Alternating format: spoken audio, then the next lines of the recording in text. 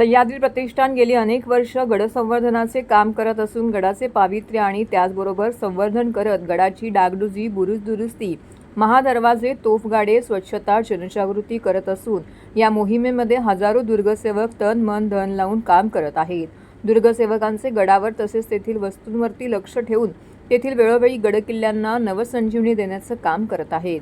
ठाणे मध्यवर्ती कारागृह येथे पडक्या स्वरूपात असलेल्या तोफांना सह्याद्री प्रतिष्ठानचे अध्यक्ष आमदार संजय केळकर आणि संस्थापक श्रमिक गोजमंगुडे यांच्या मार्गदर्शनाखाली ठाणे जिल्हा सह्याद्री प्रतिष्ठानच्या वतीने तोफगाडे बनवून काही वर्षापूर्वी नवसंजीवनी देण्यात आली।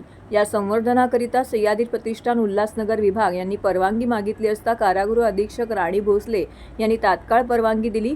ठाणे मध्यवर्ती कारागृह येथे असलेले तोफगाडे सुव्यवस्थित राहण्याकरिता सह्याद्री प्रतिष्ठान उल्हासनगर दुर्गसेवकांच्या वतीने तोफगाड्यांना स्वच्छ करून त्यांचे पावसाच्या पाण्यापासून झीज होऊ नये, खराब होऊ नयेत याकरिता शाकारणी करण्यात आली। सदर मोहिमेत तोफांना निळ्या, चंदेरी, तैलीय रंगाने तर तोफगाड्यांना जलरोधक राखाडी रंगाने रंगवण्यात आले। दरवर्षी पद्धतीने या तोफगाड्यांना शाकारणी करण्यात आली येते, तसं दुर्गसेवक आणि सह्याद्री प्रतिष्ठानचे ठाणे अध्यक्ष महेश विनरकर यांनी सांगितले। यावेळी संगीता जाधव, संजय सडजी, भावेश शार्दूल, साई जाधव दुर्गसेवक यांच्या प्रयत्नाने तोफा व तोफगाड्यांना नवसंजीवनी देण्यात आलेली आहे।